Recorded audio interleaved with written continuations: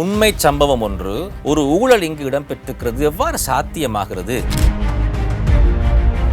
அந்த நிறுவனத்தால் அந்த சட்டத்தரணிக்கு கொடுக்கப்பட்ட ஆவணங்கள் 3/2 என்ற ஒரு யூனிட்டை ஒரு 4 பேருக்கு எழுதுகிறார். அபார்ட்மெண்ட் 5 பேருக்கு விற்பனைக்காக ஒப்பந்தம் செய்யப்பட்டது. எனக்கு தெரிந்த சட்டத்தரணிகளே, சிஎம்ஏ எந்த இடத்திலும் பொறுப்பு கூறுகின்ற செயற்பாட்டை செய்ததாக எனக்கு தெரியவில்லை. மாநகர சபை அல்லது நகராபிவிருத்தி சபை UDA CMC அப்ரூவல் வழங்காத பொழுது உங்களுக்கு அதற்குரிய டீடை பெற்றுக்கொள்ள முடியாது. தற்போதைக்கு அது பிரச்சனை இல்லாமல் இருக்கலாம், ஆனால் பின்னால் அது பிரச்சனையாக வரும். அப்ப அந்த நேரத்தில் பொறுப்பு கூறுபவர்களாக சிஎம்ஏ இருக்கிறார்களா?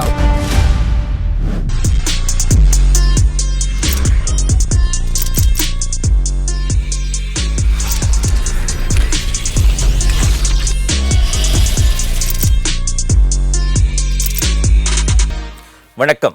இன்ஃபார்மல் நிகழ்ச்சியிலே சந்திக்கிறோம். இன்றைய தினம் இந்த காணொலியை பார்த்து கொண்டிருப்பவர்கள், இந்த நிகழ்ச்சியை பார்த்து கொண்டிருப்பவர்கள் தயவு செய்து முழுமையாக இந்த நிகழ்ச்சியை பாருங்கள். கட்டாயமாகவே உங்களுக்கு தேவையான ஒரு மிக முக்கியமான ஒரு விடயதானத்தை தான் இன்றைய தினம் நாங்கள் பேசப்போகிறோம். உலகம் வேகமாக வளர்ந்து கொண்டிருக்கிறது. வடகிழக்கிலே அதே நேரத்திலே மலையகத்திலிருந்தும் பல பேர் கொழும்பை நோக்கி வருகிறார்கள். தங்களுடைய வாழ்க்கையை அடுத்த கட்டத்துக்கு கொண்டு போக வேண்டும் என்ற அடிப்படையிலே அப்படி வருகின்ற பொழுது அவர்களுக்கு ஒரு வீடு வேண்டும் என்ற ஒரு கட்டாய தேவை அவர்களுக்கு இருக்கிறது. அப்படி வீடு வேண்டும் என்ற தேவை வருகின்ற பொழுது காணி வேண்டுவதற்கான வாய்ப்பு அவர்களுக்கு கிடைக்காது. காரணம் என்னவென்று சொன்னால், காணி விற்கின்ற விலைக்கு யார் காணி வேண்டுவார்கள்? காணி வேண்டி அதில் ஒரு வீடு கட்டுவது என்பது மிகப்பெரிய கோடீஸ்வரர்களுக்கு மட்டுமே வாய்த்த ஒரு விடயம். ஆகவே சாமானிய நடுத்தர குடும்பத்தில் இருப்பவர்களுக்கு தொடர்மாடி வீடு வேண்டுவது மட்டும்தான் ஒரே ஒரு தெரிவாக அவர்களுக்கு இருக்கிறது. அப்படி தொடர்மாடி வீடு வேண்டும் என்ற அடிப்படையிலே வருபவர்கள் பல சந்தர்ப்பங்களிலே தங்களுடைய முதலீடை சரியான வகையிலே முன்வைக்கிறார்களா, அல்லது தங்களுடைய முதலீடை சரியான வகையிலே பாதுகாத்துக் கொள்கிறார்களா, சரியான ஒரு டெவலப்பரிடம் தன்னுடைய வீட்டை வாங்கிக் கொள்கிறார்களா என்பது ஒரு மிகப்பெரிய ஒரு கேள்விக்குறியாக இருக்கிறது. பல பேர் காசு கட்டி பணம் கட்டி வீடு கிடைக்காமல் கோர்ட் கேஸ் என்று அறிந்து கொண்டிருக்கின்ற சந்தர்ப்பங்களும் இருக்கிறது. ஆகவே இது சம்பந்தமான ஒரு தெளிவான முழுமையான ஒரு விளக்கத்தை நாங்கள் இன்றைய தினம் பெற்றுக்கொள்ளப் போகிறோம். எங்களோடு சட்டத்தரணி திரு கணேசராஜன் அவர்கள் எங்களோடு இணைந்திருக்கிறார். வணக்கம். வணக்கம் திரு கணேசராஜன் அவர்களே, முதலாவதாகவே ஒரு கேள்வி. பல பேர், நான் ஆரம்பத்தில் சொன்னது போல், வடகிழக்கிலிருந்தும் மலையகத்திலிருந்தும் தலைநகரை நோக்கி வருகிறார்கள். அவர்களுக்கு இருக்கக்கூடிய ஒரே ஒரு தெரிவு தொடர்மாடி வீடு வேண்டுவது மட்டும்தான். அப்படி வாங்க வெளிக்கிடுகின்ற பொழுது பல டெவலப்பர்ஸ் பல்வேறுபட்ட முறையிலே இவர்களை ஏமாற்றி விடுகிறார்கள், அல்லது பல சந்தர்ப்பங்களிலே ஏமாந்து விடுகிறார்கள். ஆகவே ஒரு வீடு வாங்க வேண்டுமாக இருந்தால் எந்தெந்த விடயத்திலே இவர்கள் அவதானமாக இருக்க வேண்டும்? இந்த தொடர்மாடி வீடுகளை கொள்வனவு செய்வது தொடர்பாக முதலாவது நாங்கள் கவனிக்க வேண்டிய விடயம், இதில் 2 கட்சிக்காரர்கள் இருக்கிறார்கள். கூடுதலான சந்தர்ப்பங்களிலே 2 கட்சிக்காரர்கள் இருப்பார்கள், சில சந்தர்ப்பங்களில் 3 கட்சிக்காரர்களும் வருவார்கள். நான் அதை ஏன் அந்த 3 கட்சிக்காரர்கள் வருகிறார்கள் என்பதையும் சொல்கிறேன். பொதுவாக ஒரு நிறுவனம் ஒரு காணியை கொள்வனவு செய்து அந்த காணியிலே தொடர்மாடி வீடுகளை நிர்மாணம் செய்து ஒருவருக்கு விற்பதானால் 2 கட்சிக்காரர்கள் இருப்பார்கள். அதாவது ஒரு நிறுவனம், அந்த நிறுவனம் அந்த காணியுடைய உரிமையாளர், அந்த நிறுவனம் தான் தொடர்மாடி வீடுகளை கட்டி ஒருவருக்கு விற்பதற்கு சம்மதம் தெரிவிப்பது ஒரு வகை. 2வது வகை, சில நேரங்களிலே காணியினுடைய உரிமையாளர் ஆக இருக்கலாம், அந்த காணியை அபிவிருத்தி செய்கிறவர், அதாவது அந்த தொடர்மாடி வீடுகளை கட்டுகிறவர் டெவலப்பர் ஆக இருக்கலாம், வாங்குறவர் ஆக இருக்கலாம். அந்த அவ்வாறான சந்தர்ப்பங்களும் இருக்கிறது. இதில் முக்கியமான விடயம், முதலிலே பார்க்க வேண்டிய விடயம், காணி கொள்வனவு செய்வது போன்றுதான் முதலாவதாக இந்த தொடர்மாடி வீட்டை கட்டுவதற்கு முயற்சி செய்கிற நிறுவனத்திற்கு இந்த காணி தொடர்பான பூரண உரித்திருக்கிறதா முதலாவது. 2வது, அந்த காணி தொடர்பிலே ஏதாவது பிணக்குகள் இருக்கிறதா. 3வது, இந்த காணியிலே அவர் அந்த தொடர்மாடி வீடை கட்டுவதற்கு முயற்சி செய்கிற பொழுது ஏதாவது பிணக்குகள் ஏற்படக்கூடிய சந்தர்ப்பம் இருக்கிறதா. அதனை கட்டாயமாக பார்க்க வேண்டும். ஏனென்றால், நான் தொடர்மாடி வீடை கட்டுகிற அந்த நிறுவனம் அல்லது ஏதோ ஒரு வகையிலே அமைந்திருக்கிற நிறுவனம் கொள்வனவு செய்பவரிடம் ஒப்பந்தம் செய்கிற பொழுது அந்த ஒப்பந்தத்தின் அடிப்படையிலே தான் அந்த பணம் செலுத்திய பின்பு அந்த நிறுவனம் அல்லது ஸ்தாபனம் நடவடிக்கை எடுக்க வேண்டும். எனவே அந்த ஒப்பந்தம் செய்வதற்கு முன்னரே அந்த தொடர்மாடி வீட்டை கொள்வனவு செய்வதற்கு முயற்சி செய்கிறவர் அல்லது தீர்மானிக்கிறவர் இந்த 3 விடயங்களையும் கருத்திற்கொண்டு திருப்தி அடைய வேண்டும். அது முதலாவது விடயம். இரண்டாவது விடயம், பொதுவாக என்ன நடக்கிறது என்றால், ஒருவர் ஒரு தொடர்மாடி வீட்டை வாங்குவதானால் அவர் குறித்த நிறுவனத்தை தொடர்பு கொள்ளலாம். சாதாரணமாக அப்படித்தான் செய்வதுண்டு. அந்த நிறுவனத்தை தொடர்பு கொள்வது பல்வேறு வரிகளிலே நடக்கிறது. ஒன்று அவர்களுடைய தெரிந்தவர்கள் ஊடாக, அல்லது விளம்பரங்கள் ஊடாக, அல்லது வேறு வகைகளில். இவ்வாறு தெரிவு செய்த பின்பு அவர்கள் முதலாவது செல்வது அந்த நிறுவனத்திற்கு சென்றவுடன் நிறுவனம் தன்னுடைய அந்த தொடர்மாடி வீடு தொடர்பான விவரங்களை கூறிய பின்பு அந்த கொள்வனவு செய்கிறவர் திருப்தி அடைகிற பட்சத்திலே அந்த நிறுவனம் இதுதான் தங்களுடைய ஒப்பந்தம். எனவே அந்த நிறுவனத்துக்கு கண்டு ஒரு சட்டத்தரணி அல்லது ஒரு பிரசித்த நொத்தாரிசு ஒருவர் இருப்பார். அவரோடு தொடர்புகளை ஏற்படுத்துவார். அதன் பின்பு இந்த கொள்வனவு செய்கிறவர் அந்த தொடர்மாடி வீடு கட்டுவதற்கு அந்த முயற்சிகளை செய்கிற அந்த நிறுவனத்தினுடைய சட்டத்தரணியிடம் பெரும்பாலான சந்தர்ப்பங்களிலே தொடர்புகளை மேற்கொண்டு அந்த ஒப்பந்தத்தை கைச்சாத்திட்டு அதன் அடிப்படையிலே அந்த பணத்தை செலுத்துவார். இப்போ இந்த இடத்திலே ஒரு கேள்வி திரு கணேஷ்ராஜன் அவர்களே, இப்பொழுது நாங்கள் ஒரு வீடை வாங்க போகின்ற பொழுது ஒரு டெவலப்பர் சார்பான ஒரு சட்டத்தரணி இருப்பார். ஆனால் வாங்குகின்ற எங்கள் சார்பாகவும் ஒரு சட்டத்தரணி இருந்தால்தானே எங்களுடைய நலனை அந்த சட்டத்தரணி பார்ப்பார். இப்பொழுது டெவலப்பருடைய நலனை மட்டும் பார்க்கின்ற ஒரு சட்டத்தரணியை வைத்துக்கொண்டு எந்த நம்பிக்கையிலே நாங்கள் கொள்வனவாளர்கள் ஒரு ஒப்பந்தத்திலே கைச்சாத்திடுவது? ஏதாவது ஒரு பிரச்சனை வந்தால் டெவலப்பருடைய சட்டத்தரணியை நாங்கள் கேட்க முடியுமா? அவரை எங்களுக்காக பேச சொல்ல முடியுமா? அது சரியான கேள்வி. இப்போ சட்டத்தரணி அல்லது பிரசித்த அரசினோ சாதாரணமாக இந்த ஒப்பந்தங்களை செய்வது நாங்கள் நோட்டரி பப்ளிக் என்று சொல்லுவோம். சட்டத்தரணியாக இருப்பார். ஆனால் அவருடைய மூல தொழிலாக அந்த ஒப்பந்தங்கள் செய்வது அல்லது உறுதிகள் நிறைவேற்றுவது பிரசித்த அரசாக இருப்பார். சட்டத்தரணியுமாகவும் இருப்பார். இப்போ சட்டத்தரணி என்று நாங்கள் சொல்லுகிற பொழுது, பிரசித்த அரசாகவும் இருக்கிற பொழுது அவருக்கென்று ஒரு தொழில் தர்ம கடமை இருக்கிறது. அந்த தொழில் தர்ம கடமை இருக்கிற பொழுது அவர் தன்னுடைய அந்த தொழில் தர்மத்தை மீறி செயற்பட முடியாது. அது முதலாவது கோட்பாடு. இரண்டாவதாக, நீங்கள் இதில் ஒரு வித்தியாசம் இருக்கிறது. நாங்கள் வெளிநாடுகளை பொறுத்தளவிலே, நாங்கள் யூகேயா இருக்கலாம், கனடா போன்ற நாடுகள், ஆஸ்திரேலியா நாடுகளிலே இவ்வாறான சந்தர்ப்பங்களிலே எப்பொழுதும் கொள்வனவு செய்வருக்கும் ஒரு சட்டத்தரணி அல்லது பிரசித்த அரசு அங்கே சொலிசிட்டர்ஸ் என்று சொல்வார்கள் இருப்பார். அதே போன்று அந்த தொடர்மாடி வீடை கட்டுகிற நிர்மாணம் செய்கிற அந்த நிறுவனத்துக்கும் இருப்பார். அந்த சந்தர்ப்பத்திலே இந்த இருவருடைய நலன்களும் பூரணமாக பேணப்படுகிறது. நான் இந்த டெவலப்பருக்கு சட்டத்தரணி இருப்பதனூடாக நான் பூரணமாக பேணப்படுவதில்லை என்று சொல்லவில்லை. ஆனால் இருவருக்கு ஏற்படுகிற பொழுது நான் ஒரு உதாரணத்தை மட்டும் சொல்லுகிறேன். இப்போ ஒரு நிறுவனம் எடுத்துக்கொண்டால் நிறுவனத்துக்கு ஒரு சட்டத்தரணி இருப்பார். அந்த சட்டத்தரணி பெரும்பாலும் அந்த நிறுவனத்துக்கண்டே இருக்கிற சட்டத்தரணி. அவர் தன்னுடைய கடமையை பெரும்பாலும் அந்த நிறுவனம் சார்பாக செய்வார். ஏனென்றால் அங்கே கிளையண்ட் லாயர் ரிலேஷன்ஷிப் இருக்கிறது. அது ஒரு லோயலாகவும் இருக்கும். அது கட்டாயமாக பேணப்பட வேண்டும். ஏனென்றால் அது ஒரு ஒப்பந்தம். மறுபுறத்திலே கொள்வனவு செய்களுடைய பூரணமான நலன்களை பேணுவதற்கு இன்னொருவர் சட்டத்தரணி இருக்கிற பொழுது அந்த சட்டத்தரணி தன்னுடைய அந்த கிளையண்ட் என்று சொல்லுகிற அவர் அந்த கட்சிக்காரர் சார்பாக செய்ய வேண்டிய கடமைகளை கட்டாயம் செய்ய வேண்டும். அப்படி ஒரு ஒப்பந்தம் ஏற்படுகிற பொழுது இந்த கொள்வனவு செய்பவருக்கு ஒரு சட்டத்தரணி ஏற்பட்டால் கொள்வனவு செய்வதிலே ஏற்படுகிற பிணக்குகளை அல்லது பிணக்குகள் தொடர்பாக பூரண பொறுப்பை இந்த சட்டத்தரணி எடுக்கக்கூடிய சந்தர்ப்பம் எடுக்க வேண்டும்.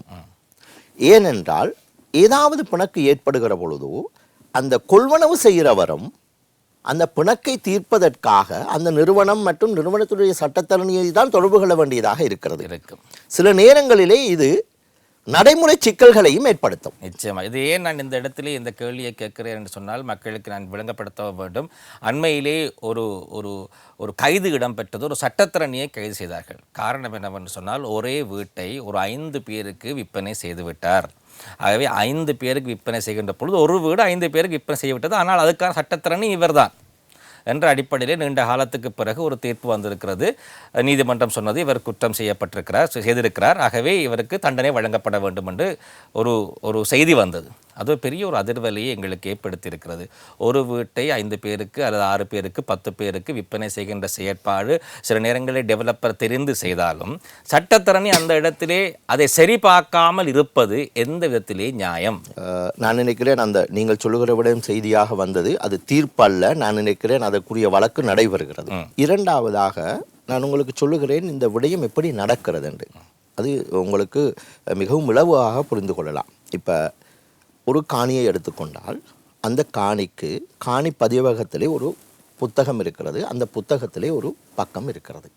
அந்த பக்கத்திலே அந்த காணியினுடைய உரித்து எந்த அடிப்படையிலே வந்தது என்று அந்த உறுதி மற்றும் அதனுடைய விவரங்கள் பதியப்பட்டிருக்கும். அவ்வாறு பதியப்பட்டிருக்கிற அந்த குறித்த காணியை ஒரு நிறுவனம் கொள்வனவு செய்து அதிலே தொடர்மாடிகள் கட்டுவதற்கு முயற்சி செய்கிற பொழுது சாதாரணமாக மாநகர சபையிலே எடுக்க வேண்டிய அந்த ஒப்புதல்கள் மற்றும் கொண்டோமினியம் மேனேஜ்மெண்ட் அத்தாரிட்டின்னு சொல்லுவாங்க, சிஎம்ஏயில் எடுக்கக்கூடிய மற்ற யூடிஏயில் எடுக்கக்கூடியதெல்லாம் எடுப்பார்கள். அதெல்லாம் ஒரு டெக்னிக்கல் விஷயம் என்று நாங்கள் சாதாரணமாக சொல்லுவோம்.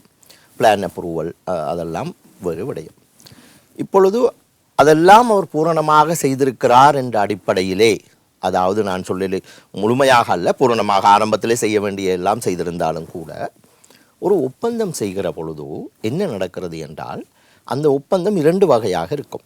ஒன்று, பூரணமாக ஒரு பிரசித்த நொத்தாரிஸ் அவர் ஒருவரால் இந்த ஒப்பந்தம் செய்யப்பட்டு ஒப்பந்தம் நிறைவேற்றப்பட்டு அது காணிப்பதிவகத்திலே பதிவதற்கு கொடுக்க வேண்டும். ஏனென்றால் சாதாரணமாக சட்டம் சொல்லுகிறது ஒரு இமூவபிள் ப்ராப்பர்ட்டி, அதாவது இந்த காணி போன்றவர்கள் கட்டாயமாக நொத்தாரிசால் நிறைவேற்றப்பட வேண்டும், அத்தாட்சிப்படுத்தப்பட வேண்டும் என்று சொல்லுகிறது. அவ்வாறு அத்தாட்சிப்படுத்திய அந்த ஒப்பந்தம் காணி பதிவகத்திலே பதிவுக்கு சமர்ப்பிக்கிறார். இப்பொழுது ஒரு ஒப்பந்தம் பதிவுக்கு கொடுக்கப்படுகிறது. அந்த பதிவுக்கு கொடுக்கப்படுகிற பொழுது உண்மையிலேயே அந்த கொள்வனவுக்காரர் கொள்வனவு செய்கிற அந்த தொடர்மாடியை கொள்வனவு செய்வதற்கு நடவடிக்கை எடுத்தவர் தன்னுடைய அந்த கொள்வனவு செய்வதற்கு நடவடிக்கை எடுத்த யூனிட் இருக்கிறது அல்லவா, அபார்ட்மெண்ட் யூனிட், அந்த யூனிட்டுக்கென்று ஒரு தனிப்பக்கம் இருக்காது. அது எங்கே கொண்டு போய் பதிவார்கள் என்றால் அந்த மூல காணியிலே தான் பதிவார்கள்.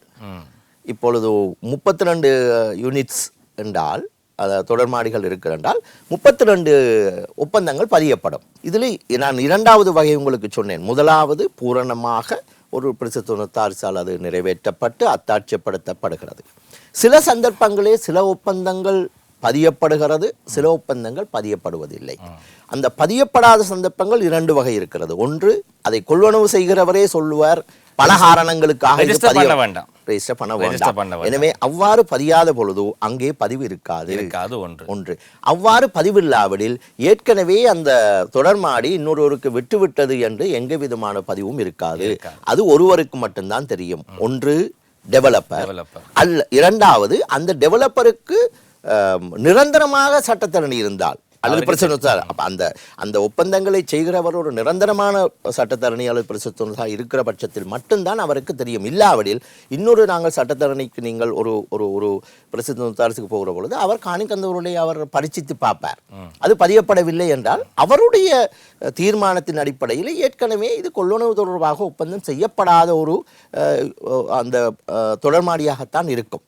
ஒன்று முக்கியமான விடயம், இந்த தொடர்மாடிகளை பொறுத்தளவிலே அந்த தொடர்மாடி கண்டு அந்த காணிப்பதிவகத்திலே அந்த பக்கம் திறக்கப்படுவது அந்த கொண்டோமினியம் டெக்ளரேஷன் என்று சொல்வார்கள் ஆங்கிலத்திலே. அந்த கொண்டோமினியம் டெக்ளரேஷன் பதியப்பட்ட பின்பு அதுவரையிலே மூல காணியிலே தான் பதியப்படுகிறது. இதிலே தான் இந்த பிணக்கு பெரும்பாலான சந்தர்ப்பங்களிலே ஏற்படுகிறது. 3வது விடயம், சில சந்தர்ப்பங்களிலே இந்த ஒப்பந்தங்கள், நான் 2 ஒப்பந்தத்தை சொன்னேன், இன்னொரு ஒப்பந்தம் இருக்கிறது 3.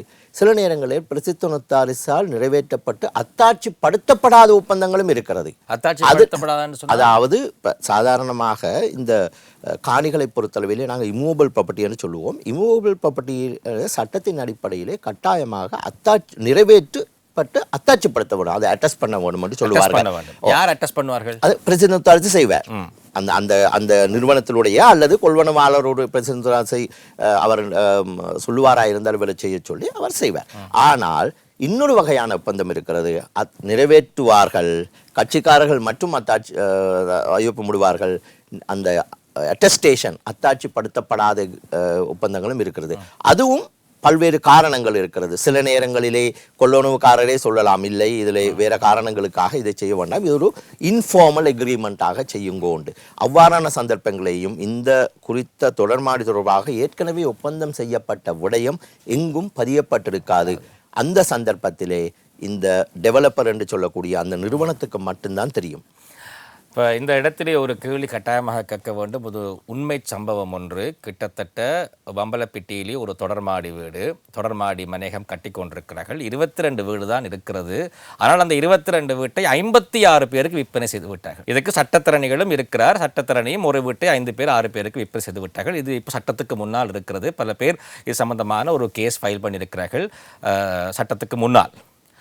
இது எவ்வாறு சாத்தியமானது? அதாவது ஒரு 22 யூனிட் தான் இருக்கிறது, ஆனால் 56 பேருக்கு விற்பனை செய்திருக்கிறார்கள். நான் இதற்குரிய பதிலை நான் முன்பு கூறிய விடயத்துக்கு வருகிறேன். உண்மையிலேயே 22 வீடு தான் அந்த தொடர்மாடி கட்டிடத்திலே இருக்கிறது என்றால் கட்டாயமாக 22 ஒப்பந்தம் தான் செய்யப்படலாம். 22 ஒப்பந்தம் தான் செய்யும்.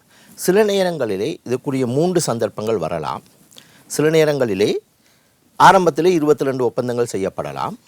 அந்த 22 ஒப்பந்தங்கள் செய்யப்பட்ட பின்பு அந்த ஒப்பந்தங்களிலே சில கேன்சலேஷன்ஸ் ஏற்படலாம். அந்த கேன்சலேஷனின் அடிப்படையிலே புதிய ஒப்பந்தங்கள் செய்யப்பட வேண்டும். சில நேரங்களிலே இந்த கேன்சலேஷன்ஸ் என்று சொல்லப்படுகிற அந்த ஒப்பந்தம் கேன்சல் பண்ணப்படாமல், ரத்து செய்யப்படாமல் இரண்டாவது செய்யப்படும். சில நேரங்களிலே பிறகு அந்த ரத்து செய்வதை இவர்கள் மறந்து விடுவார்கள். எனவே 2 இருக்கலாம். அது ஒரு சந்தர்ப்பம். இரண்டாவது சந்தர்ப்பம், நடைமுறையிலே இந்த 2018ஆம் ஆண்டு 19ஆம் ஆண்டுக்கு பின்பு 2019 2022-23 காலப்பகுதியிலே இவ்வாறான பிளக்குகள் ஏற்பட்ட சந்தர்ப்பங்கள் மிகவும் அதிகமாக இருந்தது.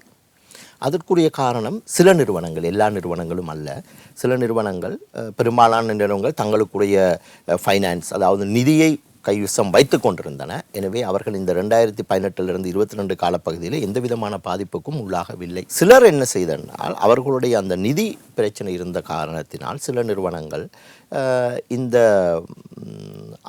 அந்த தொடர்மாடி அந்த கட்டுமான பணிகளை நிறைவு செய்யும் முகமாக அல்லது அந்த ஃபைனான்ஸ் பணம் பெற்றுக்கொள்ளும் முகமாக சில சந்தர்ப்பங்களிலே பணம் பெற்றுக்கொள்வதற்காக சில அந்த ஒப்பந்தங்களை செய்த சந்தர்ப்பங்கள் இருக்கிறது. அவ்வாறு செய்து பணத்தை பெற்றுக்கொண்டு அதனை நிறைவு செய்து கொடுக்க வேண்டும் என்ற சில நேரம் எண்ணம் இருந்திருக்கலாம்.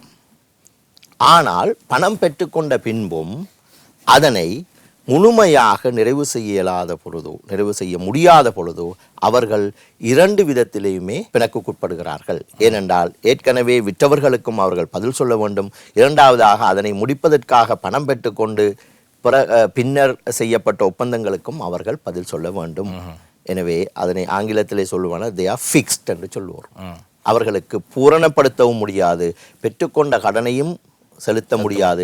சில சந்தர்ப்பங்களிலே இதனை பூரணப்படுத்துவதற்காக மட்டுமல்ல, ஆரம்பத்திலேயும் அந்த காணியை இன்னொரு நிதி நிறுவனத்திற்கு அவர்கள் அடகு வைத்தும் இருக்கலாம். எனவே 3 வகையிலே 3 ஸ்டேக் ஹோல்டர்ஸ், 3 கட்சிக்காரர்களுக்கு அவர் பதில் சொல்ல வேண்டிய நிலைமை ஏற்படும். இந்த நிலையிலே they will get stuck என்று சொல்வார்கள். அவர்கள் பூரணமாக பிளாக் பண்ணப்படுவார்கள். அதிலிருந்து மீளுவது என்பது மிகவும் கடினமான விடயம். எங்கள் நாட்டிலே அதுவும் கொழும்பிலே ஒரு வீடு கட்டுவதாக இருந்தால் வீடு கட்டினவுடனும் அது விற்பனை செய்யப்பட்டுவிடும் என்ற நம்பிக்கை பல பேருக்கு இருக்கிறது. ஆகவே என்றால் எல்லோருமே வாங்குவதற்கு வருவார்கள். அந்த தேவை கட்டாயமாகவே இருக்கிறது. அந்த அடிப்படையிலே எங்களோட சட்டத்திறன் இருக்கிறார். சட்டத்திறனவர்களே, சில டெவலப்பர்ஸ் கையில் காசு இல்லாமலேயே ஒரு ப்ரொஜெக்டை ஆரம்பித்து அதை கட்டி முடிக்கிறார்கள். அவரிடம் கையிலே காசு இல்லை, முதலீடு செய்வதற்கான காசு இல்லை, இருந்தாலும் அவர்கள் ஏதோ ஒரு வகையிலே கட்டி முடிக்கிறார்கள். என்றால் அவர்களுக்கு முழுமையான நம்பிக்கை இருக்கிறது, எங்கள் மக்கள் வீடுகளை வாங்குவார்கள், அந்த காசை வைத்துக்கொண்டே கட்டி முடித்து விடலாம் என்று. தன்னுடைய சொந்த காசும் இருக்காது. அதனை இப்படித்தான் பார்க்க வேண்டும். ஒருவர் காணியை கொள்வனவு செய்கிற பொழுது ஒரு நிறுவனமாக இருந்தால் அவர் வங்கியிலே வங்கி வசதி பெறலாம். தற்போது இருக்கிற நிலைமையிலே நான் நினைக்கிறேன் 65-70% மேல் வங்கி வசதி பெற முடியாது. அதன் அதி உச்ச வங்கி வசதி 65% பெறுகிற பொழுது இன்னொரு 35% அவர்கள் ஏதோ ஒரு வகையிலே அவர்கள் சொத்தை காட்ட வேணும், பணத்தை செலுத்த வேணும். ஏன்னா அந்த காணியை அவர் வாங்குவாராக இருந்தால், கொள்ளுணர்வு செய்வாராக இருந்தால், நான் 3வது விடயத்துக்கு வரவில்லை, ஆரம்பத்திலே கூறினேன் 3 கட்சிக்காரர் வருவது, அதை நான் தனியாக சொல்கிறேன். 35% அவர் பணத்தை கட்டாயம் ஏதோ ஒரு வகையிலே செலுத்தத்தான் வேண்டும். அந்த 65% பெற்று அவர் ஒரு வங்கி அல்லது நிறுவனத்துக்கு அடகு வைத்துத்தான் அந்த காணியை கொள்வனவு செய்கிறார். கொள்வனவு செய்த பின்பு அதை கட்டுவது எப்படி என்றால், பெரும்பாலான சந்தர்ப்பங்களிலே இவர்கள் அந்த நாங்கள் கூறியது போல ஒப்பந்தங்களுக்கு சென்று விற்பனை செய்து அதன் அடிப்படையிலே அவர்கள் சேல் அக்ரீமெண்ட் விற்பனை ஒப்பந்தங்களை செய்து பணத்தை அவர்கள் கட்டங்கட்டமாக பெறுவார்கள். கட்டங்கட்டமாக பெற்று அந்த கட்டங்கட்டமாக அதனை பூரணப்படுத்துவோம் என்ற அடிப்படையிலே தான் அவர்கள் ஒப்பந்தத்துக்கு செல்வார்கள். இங்கே எங்கு பிரச்சனை வருகிறது என்றால், சில நேரங்களிலே அவர்களுக்கு ஏற்படுகிற பண நெருக்கடி, அவர்களுடைய நிறுவனத்தில் ஏற்படுகிற பண நெருக்கடி வருகிற பொழுது, அல்லது சில நேரங்களிலே இன்ஃப்ளேஷன் பணவீக்கம் ஏற்படுகிற பொழுது, பொருட்களுடைய விலைகள் கூடுகிற பொழுது, அது வேறு விதமாக எதிர்பாராத செலவுகள் வருகிற பொழுது அவர்களுக்கு அதனை பூர்த்தி செய்ய முடியாமல் போகும். அவ்வாறான சந்தர்ப்பங்களிலே இந்த தொடர்மாடி வீடு முடிவு பெறுகிற காலம் தாமதமாகும். ஒன்று. இரண்டாவதாக, அந்த நிறுவனம் மேலதிக பணத்தை கொள்ளுணர்வுக்காரரிடம் கேட்கும். சில நேரங்களிலே கொள்ளுணர்வுக்காரர் சொல்லுவார், இல்லை, நான் 100 ரூபாய்க்குத்தான் நான் வாங்குவதற்கு இருந்தேன், நான் 120 ரூபாய் தருவதற்கு இல்லை. சிலர் சொல்வார்கள், இல்லை, இதில் இன்ஃப்ளேஷன், அதாவது பணவீக்கம் ஏற்பட்டிருக்கிறது, ஏதோ ஒரு வகையிலே இந்த பொருட்களுடைய விலைகள் அதிகரித்து விட்டது, எனவே நாங்கள் ஒரு சாதாரணமாக ஒரு ரீசனபிள் என்று சொல்லுவோம், சாதாரணமான ஒரு பணத்தை தருகிறோம், நீங்கள் செய்யுங்கொண்டு ஒரு ஒப்பந்தத்துக்கு வருவார்கள். இந்த இரண்டுக்கும் மேலதிகமான ஒரு விடயம் இருக்கிறது. இப்போ நீங்கள் ஒரு தொடர்மாடி வீடு கட்டுவதாக இருந்தால், நீங்கள் ப்ரொவிஷனல் கொண்டோமினியம் அப்ரூவல் என்று சொல்வார்கள், அந்த சிஎம்ஏ கொண்டோமினியம் மேனேஜ்மெண்ட் அத்தாரிட்டிக்கு அதனை சமர்ப்பிக்கிற பொழுது சட்டத்திலே 3Gயிலே குறிப்பிடப்பட்டிருக்கிறது. அந்த நிறுவனம் தான் எந்த அடிப்படையிலே அந்த ஃபைனான்சியல் ஃபெசிலிட்டி என்று சொல்வார்கள், நிதி இதனை பெற்றுக்கொண்டு தான் முடிக்கப் போகிறோம் என்று அந்த சிஎம்ஏ கொண்டோமினியம் மேனேஜ்மெண்ட் அத்தாரிட்டி என்ற அந்த நிறுவனத்தை திருப்திப்படுத்த வேண்டும். அதிலே குறிப்பிடப்பட்டிருக்கிறது, they have to give a declaration என்று சொல்லுகிறது, அதாவது பிரகடனப்படுத்த வேண்டும். இந்த சிஎம்ஏ என்று சொல்லுகிற அந்த கொண்டோமினியம் மேனேஜ்மெண்ட் அத்தாரிட்டி தானே எங்களுடைய இந்த கூட்டாட்சி, இந்த தொடர்மாடி வீடுகள் முழு முகாமைத்துவம் செய்கிறது அவர்கள். இந்த நிறுவனம் எந்த அடிப்படையிலே அந்த அனுமதியை வழங்குகிறது? இப்போ ஒரு காணியை கொள்வனை செய்கிற பொழுது அந்த காணி ஏற்கனவே அவர் வங்கியில இருக்கிறது, எனவே அதனை எவ்வாறு பூர்த்தி செய்ய போறார், வங்கிக் கடனை எவ்வாறு அவர் செலுத்த போறார், வங்கிக் கடனுடைய வட்டி எவ்வளவு இருக்கிறது, அந்த வங்கிக் கடன் செலுத்தி முடிக்கிற பொழுது அந்த வாங்கிய தொகையை விட எத்தனை மடங்கு, எத்தனை வட்டி வீதம், 17% 16% என்றாலே 5 வருடம் வருகிற பொழுது அது மேலே 2 மடங்காகிறது, இன்னொரு மடங்காகிறது. எனவே அதனை செலுத்தி முடிப்பதற்கும் இதனை கட்டுவதற்குரிய முழு காஸ்ட் அவர்கள் பிஓக்யூ இருக்கும் அல்லவா, அந்த பிஓக்யூவின் அடிப்படையில் அதனை கட்டி முடிக்கக்கூடிய அந்த நிதி வல்லமை அந்த நிறுவனத்துக்கு காணப்படுகிறதா என்று பார்க்க வேண்டிய கடப்பாடு இந்த சட்டத்திலே 3Gயிலே காணப்படுகிறது. ஆனால் எனக்கு தெரிந்த சட்டத்தரணிகளே, சிஎம்ஏ எந்த இடத்திலும் பொறுப்பு கூறுகின்ற செயற்பாட்டை செய்ததாக எனக்கு தெரியவில்லை. ஏனென்றால் எத்தனை இப்படி நீங்கள் சொல்லுவது உண்மையாக சட்டத்தில் இருக்குமாக இருந்தால் எத்தனை தொடர்மாடிகள் கட்டப்பட்டு இன்னும் முற்றுப்பெறாமல் இருக்கின்றன. அப்போ அந்த நேரத்தில் பொறுப்பு கூறுபவர்களாக சிஎம்ஏ இருக்கிறார்களா? உங்களோட அனுமதி பெற்றுத்தானே, அதாவது சிஎம்ஏன்றது அரசாங்க நிறுவனம் செய்துதானே. ஆகவே எங்கள் மக்களை நினைப்பார்கள், ஓகே, சிஎம்ஏயிடம் அப்ரூவல் எடுத்துத்தான் இந்த கட்டுமான தொழிலை ஆரம்பித்திருப்பார்கள். ஆகவே அவர்கள் அப்ரூவல் கொடுக்கிறார்களாக இருந்தால் நீங்கள் சொன்னது அடிப்படையிலே காசு இவர்களிடம் இருக்கிறதா இதை முழுமையாக கட்டி முடிப்பதற்கு என்பதை அவர்கள் சரி பார்த்திருக்க, அதாவது அவர்களுடைய காசை விட பண வசதி, ஃபைனான்சியல் ஸ்டாண்டிங் அந்த நிறுவனத்துக்கு அல்லது அந்த டெவலப்பருக்கு காணப்படுகிறதா என்று பார்க்க வேண்டிய கடப்பாடு 3Gயிலே காணப்படுகிறது. ஏனென்றால் இவர்கள், அதாவது அந்த நிறுவனம் கொடுக்கிற அந்த ஆவணத்தின் அடிப்படையிலே தான், அதன் அடிப்படையிலே தான் சிஎம்ஏ, அது கொண்டோமினியம் மேனேஜ்மெண்ட் அத்தாரிட்டி என்ற நிறுவனம் திருப்தி அடைந்து அனுமதி அளிக்கிறது. எனவே அனுமதி அளிக்கிற பொழுது அவர்களுக்கு ஒரு சட்ட கடப்பாடு இருக்கிறது. அவர்கள் இல்லாவிடில் அவர்கள் அந்த நிறுவனத்துடைய ஃபைனான்சியல் ஸ்டாண்டிங், அந்த நிதி தன்மையை அவர்கள் பூரணமாக பார்க்கவில்லை என்று சொல்லக்கூடிய சந்தர்ப்பம் எங்களுக்கு ஏற்படும். சரி, இப்போ கேள்விகளாக கேட்டுக்கொண்டு போகிறேன் சட்டத்தலைவர்களே. ஒரு குறுகிய சிறிய விளக்கத்தை எதிர்பார்க்கிறேன் ஒவ்வொரு கேள்விக்கும். ஒரு வீட்டை கட்டுகிறோம் 2 வருடம் என்று சொல்லுகிறார்கள். 2 வருடத்திலே இந்த வீட்டை நாங்கள் கட்டி முடித்து விடுவோம் என்று சொல்லுகிறார்கள். நாங்கள் வாங்குகிறோம், ஆனால் 3 வருடம் ஆகிறது. இப்பொழுது வாங்கினவருக்கு இதனால் ஏதாவது ஒரு நஷ்டஈடு வழங்கப்படுமா? கட்டாயம் வழங்கப்படும். ஏனென்றால் அதை நான் உங்களுக்கு ஆரம்பத்திலே கூறின இந்த ஒப்பந்தம் செய்வார்கள் என்று. இந்த ஒப்பந்தம் செய்கிற பொழுது அந்த ஒப்பந்தத்திலே ஒரு வாசகங்கள் காணப்படும். இந்த கட்டடம் 2 வருடம் குறித்த திகதி குறிப்பிடப்பட்டு இந்த காலத்துக்குள் முடிய வேண்டும். சில நேரங்களிலே 3 மாதம் 6 மாதம் கிரேஸ் பீரியட் வழங்குவார்கள். அது சாதாரணமாக ஒப்பந்தத்திலே காணப்படுகிற விடயம், கட்சிக்காரர்கள் சம்மதத்தோடு. அவ்வாறு வழங்காவிடில் அந்த தொடர்மாடியினுடைய 2 விடயங்கள் இருக்கிறது. ஒன்று, தொடர்மாடியினுடைய ஆட்சியை வழங்குவது, அதாவது தொடர்மாடியை வசிப்பதற்கு வழங்குவது. 2வது, அதனுடைய உறுதியை வழங்குவது.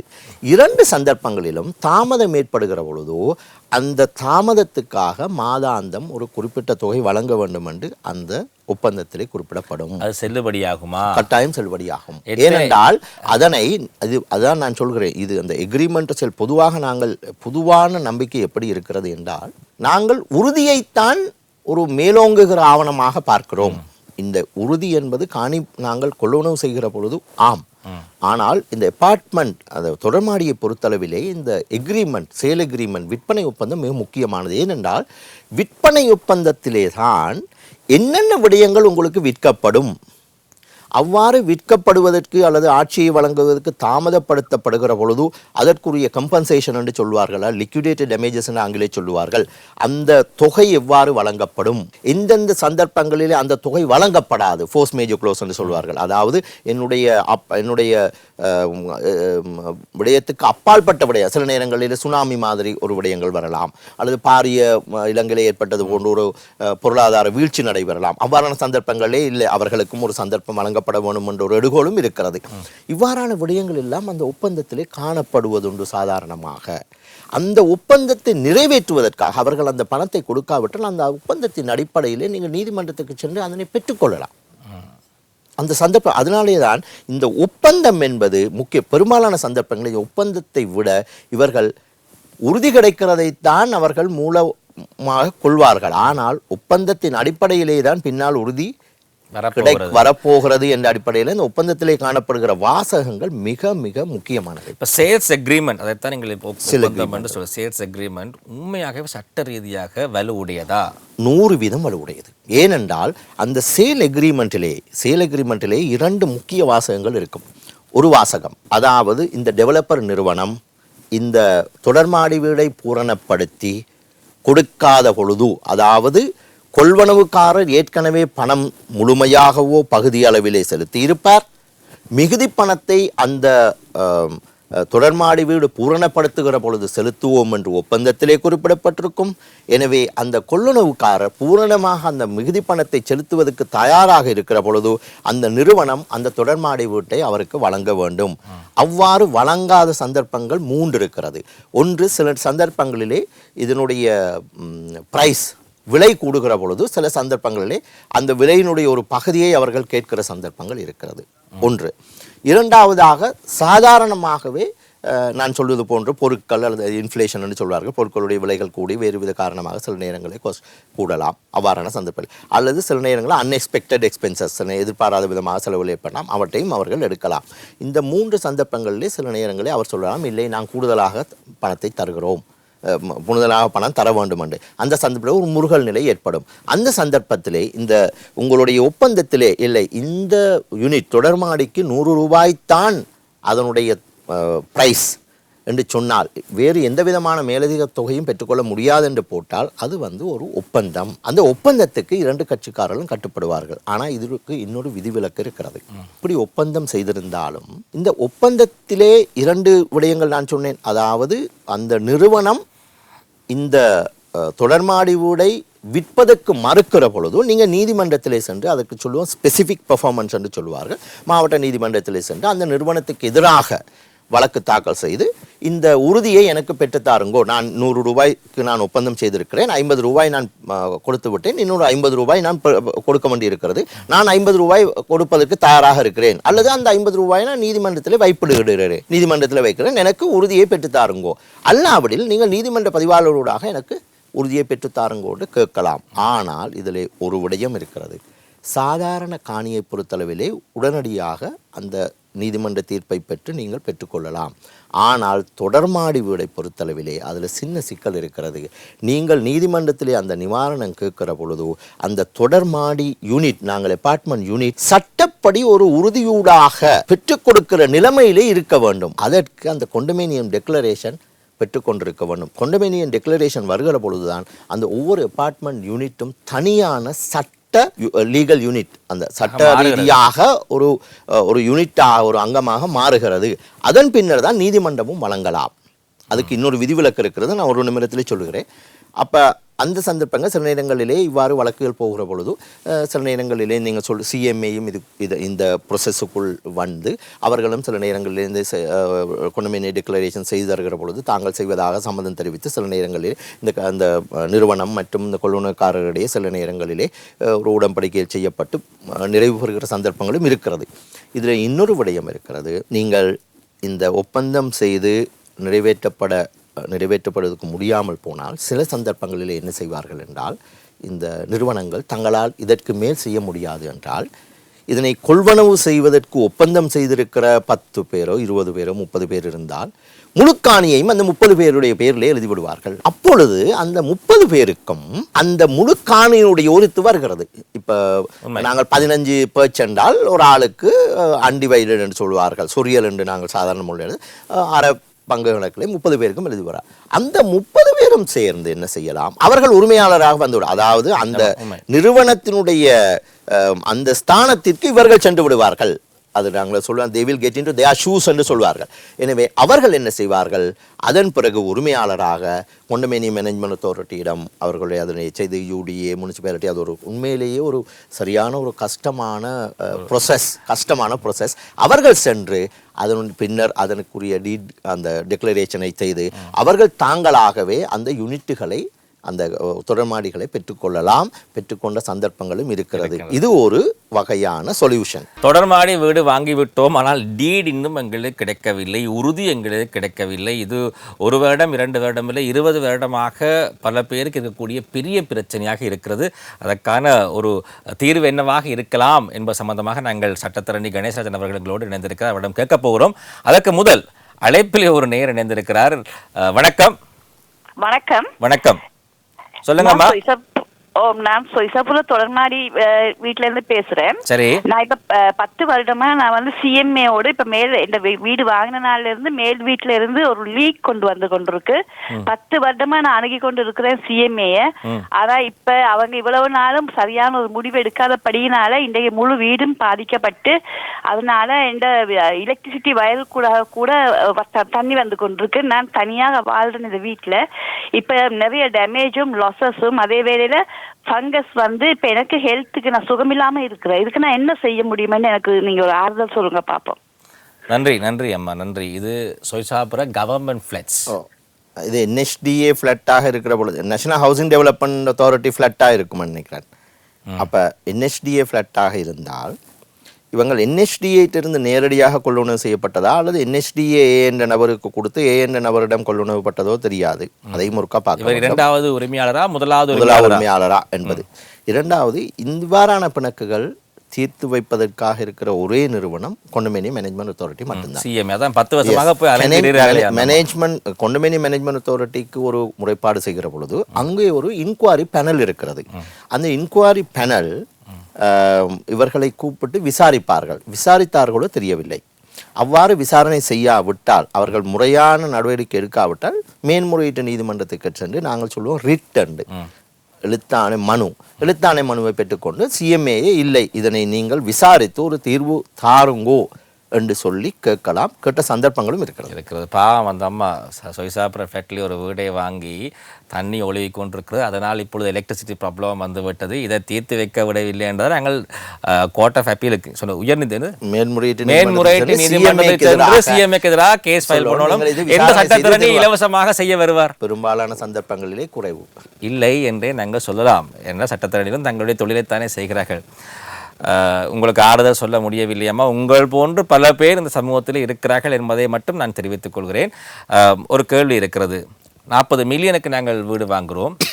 ஒரு தனியார் நிறுவனத்திடமிருந்து வீடு வாங்குகிறோம், ஒரு டெவலப்பர்ஸிடமிருந்து. அவர்களுடைய அக்ரிமெண்ட்லேயே அவர்கள் சொல்லியிருக்கிறார்கள் 2 ஹாலுக்கு ஏர் கண்டிஷன், ரூமுக்கு லிவிங் ரூமுக்கு ஏர் கண்டிஷன், பெட்ரூமுக்கு ஏர் கண்டிஷன் எல்லாம் சொல்லியிருக்கிறார்கள்.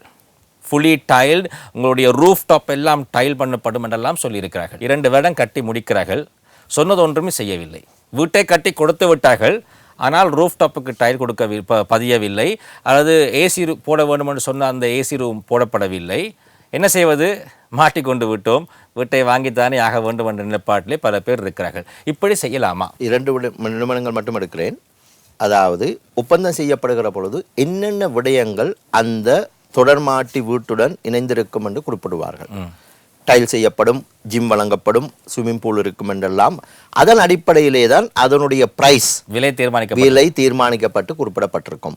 அவ்வாறு அந்த தருவதாக குறிப்பிட்டு தராத குறிப்பிட்ட விடயங்கள் தொடர்பாக நீங்கள் பிரீச் ஆஃப் கான்ட்ராக்ட் என்று சொல்வார்கள், ஒப்பந்த மீறல். அந்த பணத்தை, அதற்குரிய அந்த தொகையை நாங்கள் மதிப்பிடுகிற பொழுது மதிப்பிட்டு அவர்களிடம் சொல்லலாம், நீங்கள் 100 ரூபாய்க்கு நான் உங்களுக்கு இந்த சகல வசதிகளோடு நீங்கள் தருவதாக சொன்னீர்கள், ஆனால் நீங்கள் தந்திருக்கிற வசதி 80 ரூபாய்க்கு மட்டும்தான், 20 ரூபாய்க்குரிய வசதி இன்னும் பெறப்படவில்லை. அவர்கள் அந்த நிறுவனத்துக்கு எதிராக ஒப்பந்த மீறலின் அடிப்படையிலே அந்த பணத்தொகையை பெற்றுக்கொள்வதற்கு உங்களுக்கு சட்ட ரீதியான உரித்து காணப்படுகிறது. அதுவும் கோர்ட்ஸுக்கு போய்த்தான் கேஸ். முதலிலே நீங்கள் அந்த நிறுவனத்திலே டிமாண்ட் செய்யலாம், கோரிக்கை செய்யலாம். அந்த நிறுவனம் பெரும்பாலான சந்தர்ப்பங்களில் நிறுவனம் அதனுடைய அந்த தொகையை அல்லது அதற்குரிய கம்பன்சேஷனை வழங்கக்கூடிய சந்தர்ப்பம் இருக்கிறது. ஏனென்றால் அவர்கள் சாதாரண நடைமுறையிலே வியாபாரத்திலே இருக்கிறவர்கள். இவ்வாறான விடயங்கள் சமூகத்துக்கு வருகிற பொழுது அவர்களுடைய தூர நோக்கு வியாபாரம் பாதிக்கப்படும் என்று யோசிக்கிற நிறுவனங்களும் காணப்படுகிறது. அவ்வாறு இல்லாவிடில் நீதிமன்றத்துக்கு சென்று அதனை பெற்றுக்கொள்ளலாம். இது நேரடியான ஒப்பந்த மீறலாக கருதப்படும். இதில் இன்னொரு விடயம் இருக்கிற, சில நேரங்களில் ஸ்கொயர் ஃபீட் என்று சொல்வார்கள். ஸ்கொயர் ஃபீட்டிலும் பிரச்சனை இருக்குது. சில நேரங்களில் 1380 என்று சொல்வார்கள், சில நேரங்களில் அதை விட சில நேரங்களில் குறைவான சந்தர்ப்பங்களும் இருக்கிறது. அதற்கு சில நேரம் பெல்கனி என்று சொல்லுவேன், பெல்கனியை சேர்த்தாலும் சேர்க்காவிட்டாலும் என்று குறிப்பிடுவார்கள். அதில் எக்ஸ்க்ளூசிவ் என்று சொல்வார்கள். அந்த அதில் அந்த வேர்ட் பாவிக்கப்படும் எக்ஸ்க்ளூசிவ் என்று. அதன் அடிப்படையில் ஒப்பந்த மீறல் காணப்படுகிற பொழுது நீங்கள் நீதிமன்றத்தில் நிவாரணம் பெறக்கூடிய சந்தர்ப்பங்கள் இருக்கிறது, ஆரம்பத்திலே கோரிக்கையை செய்து. இப்போ இந்த இடத்துல ஒப்பந்தத்தில் சில வழிகளில் என்னென்ன வசதிகள் வழங்கப்படும் என்பது சில வழிகளில் குறித்து சொல்லி இருக்க மாட்டார்கள். பல அக்ரிமெண்ட்ஸை நான் பார்த்திருக்கிறேன், பொதுவாக சொல்லக்கூடிய விடயங்கள் ஒன்றையுமே சொல்லியிருக்க மாட்டார்கள்.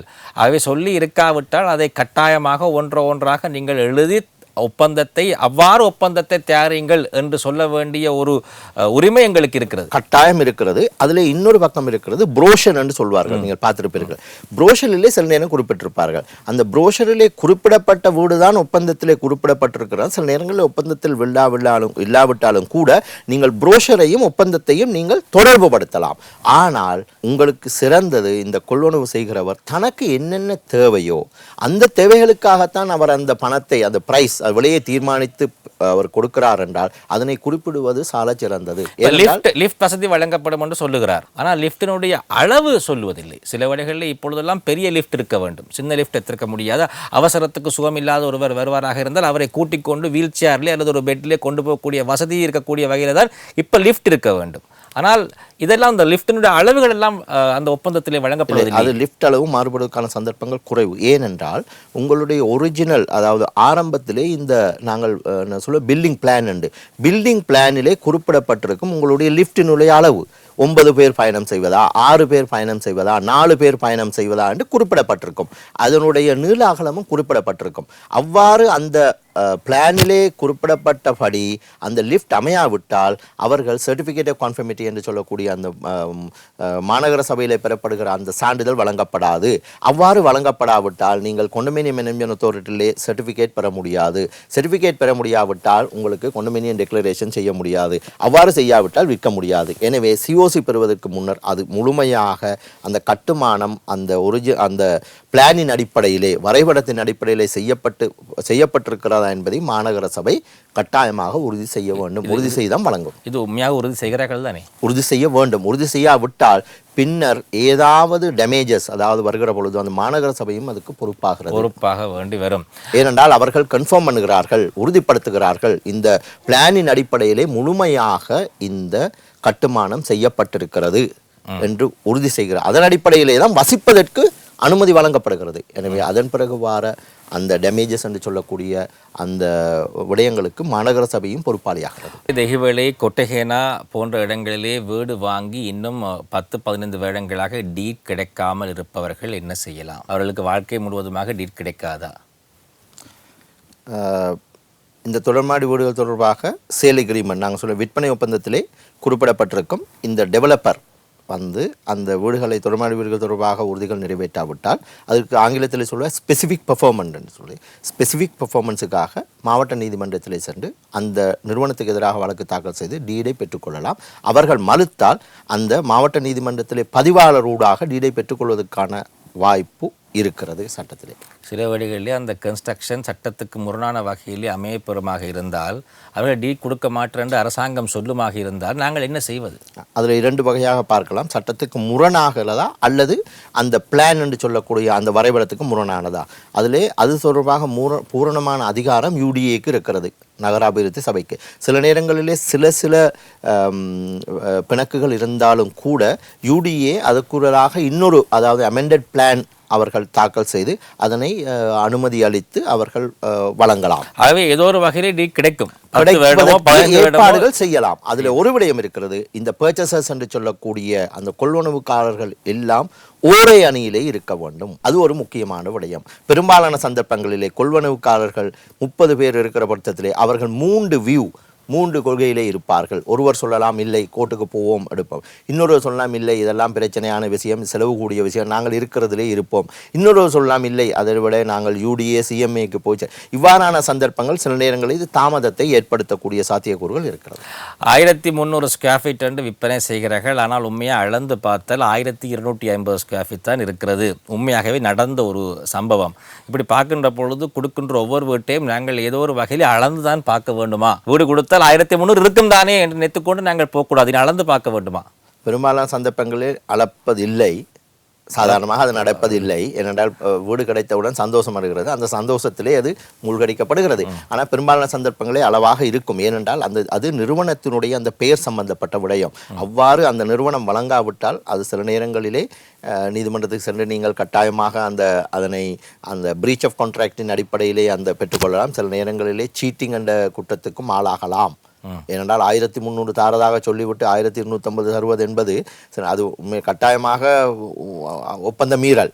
எனவே அந்த நிறுவனம் தன்னுடைய பெயரை பாதுகாப்பதற்காக அந்த வர்த்தகத்திலே தொடர்ந்து நிலைத்திருக்க வேண்டுமானால் பெரும்பாலான தன்னுடைய அவ்வாறு செய்வது குறைவு. அவர் செய்திருந்தாலும் கூட தவறுதலாக அதற்குரிய அந்த நட்டையீட்டை பெற்றுக்கொள்ளலாம். அந்த நிறுவனத்திடமிருந்து சட்டப்படியும் பெற்றுக்கொள்ளலாம். கோரிக்கை வழங்கினால் பெரும்பாலான சந்தர்ப்பங்களை அவர்கள் அதிலே கவனித்துக் கொள்ளக்கூடிய சாத்தியக்கூறும் இருக்கிறது. இப்பொழுது ஒரு 30 செகண்ட் மட்டும்தான் இருக்கிறது.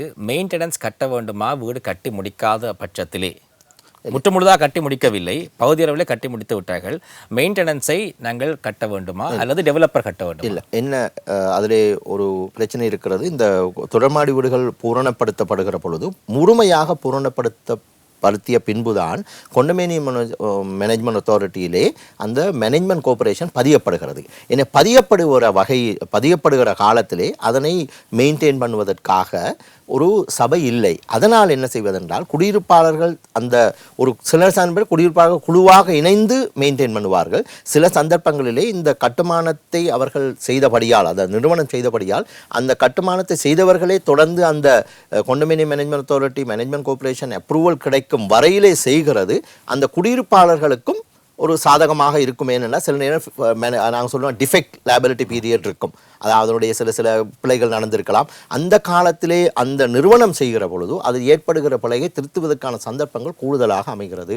எனவே அவ்வாறான சந்தர்ப்பங்களில் அதற்குரிய அந்த ஏற்படுகிற அந்த செலவை செலுத்தத்தான் வேணும். செக்யூரிட்டிக்கு கட்டாயம் பே பண்ணத்தான் வேணும். கார்பேஜ் கிளியரன்ஸ் கட்டாயம் பே பண்ணத்தான் வேணும். சிறிய ரிப்பேர்களுக்கு பே பண்ணத்தான் வேணும். ஆனால் டிஃபெக்ட்ஸ் லைபிலிட்டி பீரியட் இருக்கிறபடியால் சில நேரங்களில் சிறந்ததாக இருக்கும். அவ்வாறு இல்லாவிடில் கொண்டோமினியம் மேனேஜ்மெண்ட் அத்தாரிட்டியிலே அந்த மேனேஜ்மெண்ட் கோஆபரேஷன் பதியப்படும் வரையில் அந்த மேனேஜ்மெண்ட் கோஆபரேஷன் ஒரு சட்ட ரீதியான ஒரு நிறுவனமாக அமையாது. அதனால்தான் அந்த நிறுவனமே பெரும்பாலான சந்தர்ப்பங்களில் மெயின்டெனன்ஸ் செய்வது உண்டு. பல விடயங்களை பேச வேண்டும், ஆனால் 10 வீதம் தான் பேச கிடைத்தது. எங்களோடு இணைந்திருந்தார் சட்டத்தரணி கணேசராஜன் அவர்கள். மனமார்ந்த நன்றிகளை தெரிவித்துக்கிறோம். நன்றி. இந்த அளவிலே இந்த நிகழ்ச்சியை நிறுத்திக் கொண்டு உங்களிடம் விடை பெற்றுக்கொள்ளும் நான் உங்கள் அன்பின் ராகேஷ் சர்மா. நன்றி, வணக்கம்.